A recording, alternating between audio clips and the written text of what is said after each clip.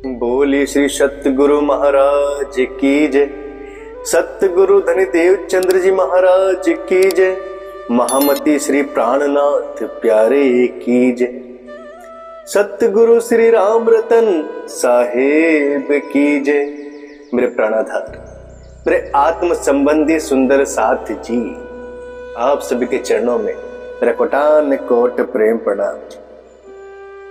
तो मेरे प्राणाधार सुंदर साथ जी, जैसे कि आपने गत भाग में जाना कि किस प्रकार महाराज श्री जब अपने स्थान पर बैठे होते हैं तो गांव का ही एक व्यक्ति वहां पर आता है और अपने सतगुरु श्री राजनारायण जी के बारे में बुरा भला कहता है, उनकी कठोर निंदा करता है। महाराज जी उनको समझाते हैं कि भैया हमारे गुरु के बारे में ऐसा मत बोलिए, परंतु वह बिल्कुल हठी हो जाता है और मानता नहीं है और कह देता है चाहे मैं आज मर भी जाऊं पर यहां से उठकर नहीं जाऊंगा। तो महाराज जी के मुख से अनायास ही कुछ शब्द निकल जाते हैं कि अगर भाई तुम्हें मरना है तो भाई एक काम करो, अपने घर जाकर मरो। तत्पश्चात क्या होता है कि जैसे ही वह व्यक्ति अपने घर पहुंचता है तो मरणासन में तुरंत पहुंच जाता है, उसकी नब्ज इत्यादि भी छूट जाती है। उसके घर वाले रो रहे हैं, बिलक रहे हैं, परेशान हो रहे हैं। उसके बाद गुहार लगाने वो महाराज जी के पास आते हैं। महाराज जी स्पष्ट कर देते हैं कि भैया हमारे गुरुदेव जी को लेकर जाइए, हमारा जाना ऐसे संभव नहीं, हम जाएंगे तो केवल उनके साथ। तो सतगुरु महाराज साथ में जाते हैं, अपने बटुए से एक चुटकी विभूति निकालते हैं और उसको देते हैं, जिससे कि वह व्यक्ति पुनः भला चंगा हो जाता है और सतगुरु महाराज के चरणों को पकड़ लेता है। तो यह लीला थी अपने सतगुरु श्री राजनारायण जी की, जो प्रदर्शित करना चाह रहे थे अपने महाराज जी उस व्यक्ति के सामने, जो अपने सतगुरु महाराज को एक आम व्यक्ति समझकर सोनगिरे का उनकी महिमा को जान नहीं पाता। तो प्राणाधार सुंदर साथ जी, कैसे इस प्रकार के दिन प्रतिदिन लीलाएं घटती है महाराज जी के साथ, कैसे उनकी भजन उनका ध्यान भंग करते रहते हैं लोग। तो क्या होता है आगे जानिए। एक और आधम का एक दिन बोला आते ही हमको, आज हमारी इच्छा है कुछ चमत्कार देखे तुमसे।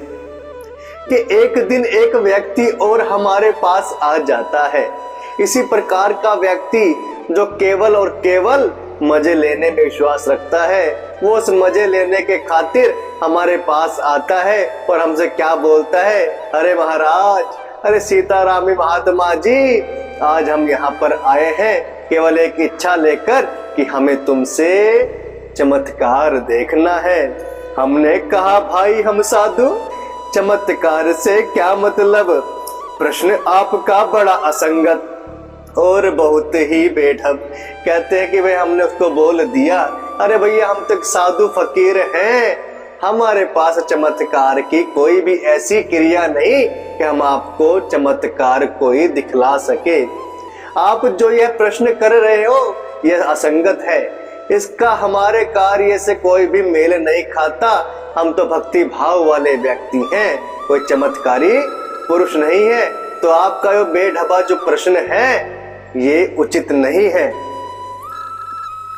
चमत्कार की यदि इच्छा है तो मैं कहता हूं जाओ, किसी तांत्रिक विद्या वाले के नजदीक चले जाओ। महाराज जी कहते हैं कि अगर तुम्हें चमत्कार देखने की इच्छा है तो भाई एक काम करो, किसी तंत्र विद्या वाले व्यक्ति के पास जाओ, क्योंकि जिसे तंत्र विद्या आती है केवल वही चमत्कार दिखला सकता है। हम साधु फकीर के पास कोई चमत्कार नहीं, या कुछ चमत्कार श्याणे भी दिखला सकते हैं तुमको, ऐसी विद्याओं से कुछ भी मतलब नहीं भाई हमको। कहते कि कोई शाना भगत अगर तुम्हें मिल जाए तो वो भी तुम्हें कुछ ना कुछ चमत्कार अवश्य दिखला सकता है, परंतु हमारा तो भैया इस प्रकार के चमत्कार की क्रिया से दूर दूर तक कोई संबंध भी नहीं। हम तो परमात्मा की भक्ति में लीन रहते हैं, एक साधु है फकीर है। बातें करते बड़ी बड़ी पर चमत्कार के नाम सिफर, प्यारे चमत्कार के नाम सिफर। चमत्कार क्या और दिखावे बिला वजह तेरे आकर, बोलो जो श्री धाम धनी की जय, बोलो जो श्री रतन पिया की जय। वह व्यक्ति कहते हैं कि बातें तो भाई तुम बड़े बड़े करते हो और चमत्कार दिखलाने के नाम पर बिल्कुल शून्य हो। चमत्कार नाम का कोई भी तुम में ऐसा तुम्हारे अंदर कोई ऐसी बात ही नहीं कि कुछ तुम चमत्कार दिखला सको।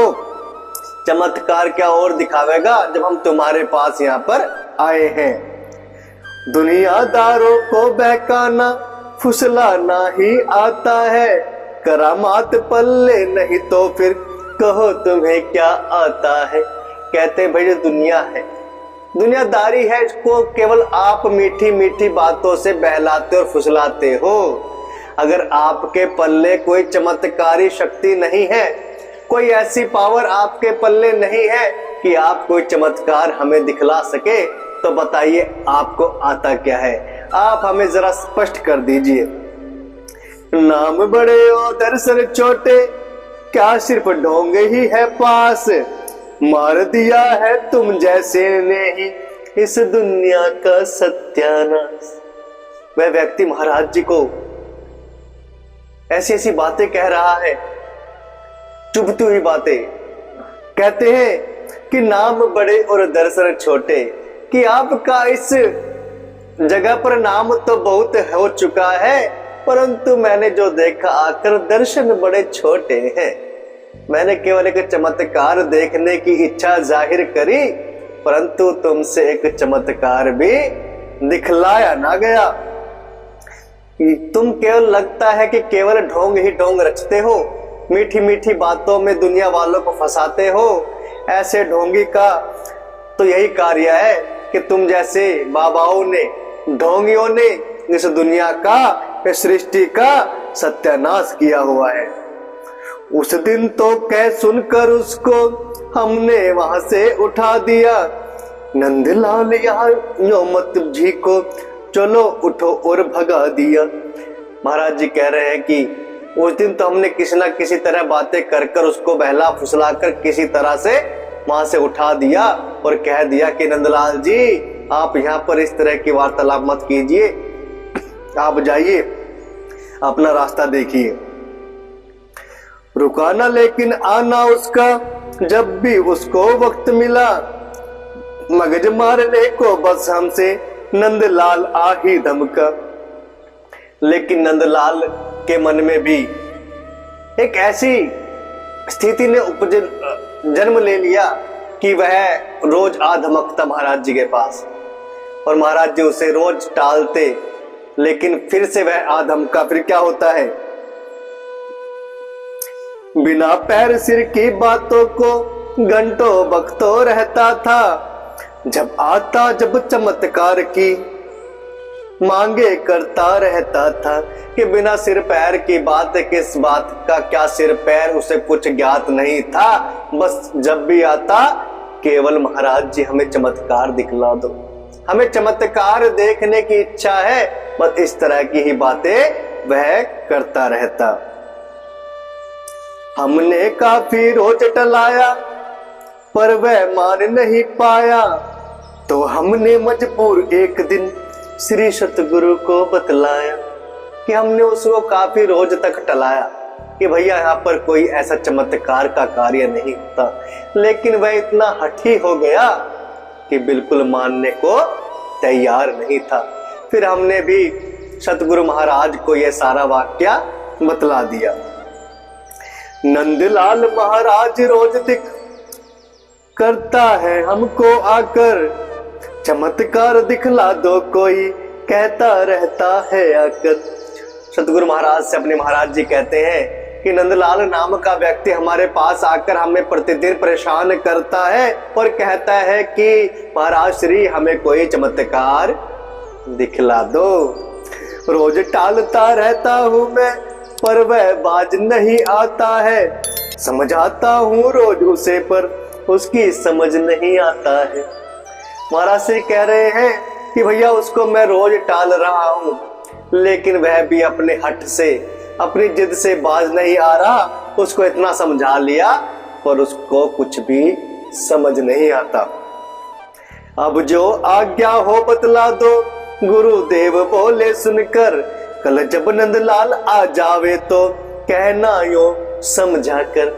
तो महाराज जी गुरु महाराज के सामने बातें रख देते हैं और कहते हैं कि गुरुदेव आपकी जो भी आज्ञा हो मुझे कृपा करके बतला दीजिए। तो गुरु महाराज बोलते हैं कि कल जब नंदलाल आएगा तो उसको इस प्रकार समझाना, परसों से दिख जाएगा बच्चा, चमत्कारियों कह देना, मनोकामना पूरी होगी, संदेशा यह दे देना। गुरु महाराज कहते हैं कि भाई नंदलाल इस बार जब भी आए तो उसको बोल देना कि बच्चा तुम्हें परसों के रोज से चमत्कार दिख जाएगा, वो जो है तुम्हारी इच्छा है, जो मनोकामना है चमत्कार देखने की, वह अवश्य पूरी हो जाएगी। अगले दिन जब आया वह तो हम बोले भैया नंदलाल चमत्कार देखो ही गया क्या, या कर बैठे उसकी टाल। तो हमने भाई उसकी चुटकी लेते हुए जब वह अगले दिन आया तो उससे पूछ लिया, क्यों भाई नंदलाल जी चमत्कार देखने की इच्छा अब भी हृदय के अंदर बाकी है या टाल हो गई। तो नंदलाल क्या जवाब देते हैं, बोला नंदलाल बातें तुम पे है केवल, यदि होता दिखला देता तुम में नहीं कोई भी बल। नंदलाल जी भी सामने से उत्तर देते हैं, अरे महात्मा जी आपके पल्ले केवल बातें बनाना ही है, आपके पल्ले कोई चमत्कार नाम की चीज है ही नहीं। अगर आपके पास कोई चमत्कार होता तो अब तक दिखला देते, हमें ऐसे टालते नहीं। हम बोले तो अच्छा कल को सावधान होकर रहना, चमत्कार आवेगा कल को साक्षात दर्शन करना। तो हम कह देते हैं नंदलाल को, नंदलाल अगर तुम्हारी इच्छा इतनी तीव्र हो गई चमत्कार देखने की तो भाई एक काम करना, कल से थोड़ा सतर्क रहना, सावधान रहना, कल तुम्हारे समक्ष खुद ब खुद चमत्कार आएगा और तुम उसके दर्शन कर लेना। मनोकामना पूर्ण आपकी परमात्मा कल कर देंगे, चमत्कार नंदलाल तुम्हें कल घर पर ही दर्शन देंगे। कि आपकी जो मनोकामना है चमत्कार को देखने की, वह परमात्मा कल आपके पूर्ण कर देंगे और घर पर ही आपके आकर वह चमत्कार आपको पूर्ण रूप से दर्शन देंगे। अब अधीर हो ना मत भाई, यो मनोकामना पूर्ण हुई, प्रबल लाल साथी भाई सो कल अब कोई दूर नहीं। कहते भाई अब अधीर मत होना, परेशान मत होना कि तुम्हारी मनोकामना पूर्ण हो गई। अब तो भाई नंदलाल जी ये लगा लो कि चमत्कार आपके पास आने को ही है, कल कोई ज्यादा दूर नहीं है, कल चमत्कार आएगा और आप उनका दीदार दर्शन कर लेना। चला गया नंदलाल वहां से जब भी हमारे सुनकर बोल, उसने शायद सुन रखा था चमत्कार है कोई मखोल। कि हमारे इस प्रकार की बातों को सुनकर नंदलाल जी वहां से तुरंत चले जाते हैं और वह सोच लेते हैं, अपना विचार कर लेते हैं कि भाई महाराज जी तो नहीं कह रहे, महाराज जी के पल्ले कोई चमत्कार वाली चीज है ही नहीं। चमत्कार को उसने कोई मजाक सोचा हुआ था कि कोई चमत्कार होगा छोटा मोटा तो मजाक में वह टल जाएगा, लेकिन चमत्कार होता है तो कैसा होता है, जब नंदलाल जी के साथ वह चमत्कार घटित होता है तब उन्हें पता चलता है। अगले दिन नंदलाल महाशय बैठे थे घर के अंदर, कमर लगी थी एक बीत से गिरी एकदम आ ऊपर। कि अगले दिन अपने ही घर के अंदर नंदलाल जी बैठे हुए थे एक दीवार से कमर को सटाकर, अचानक से क्या होता है कि वह दीवार गिर जाती है नंदलाल जी के ऊपर। थी छोटी दीवार मगर काफी थी नंदलाल जी को, हड्डी पसली की दुरुस्त सब तोड़ फोड़ करके उनको।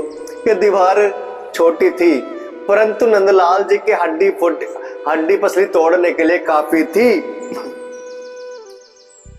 चारों ओर मचा बवेला, भगदड़ मच गई लोगों में, नंदलाल दब गया भीत के नीचे दौड़े सुन सुन के।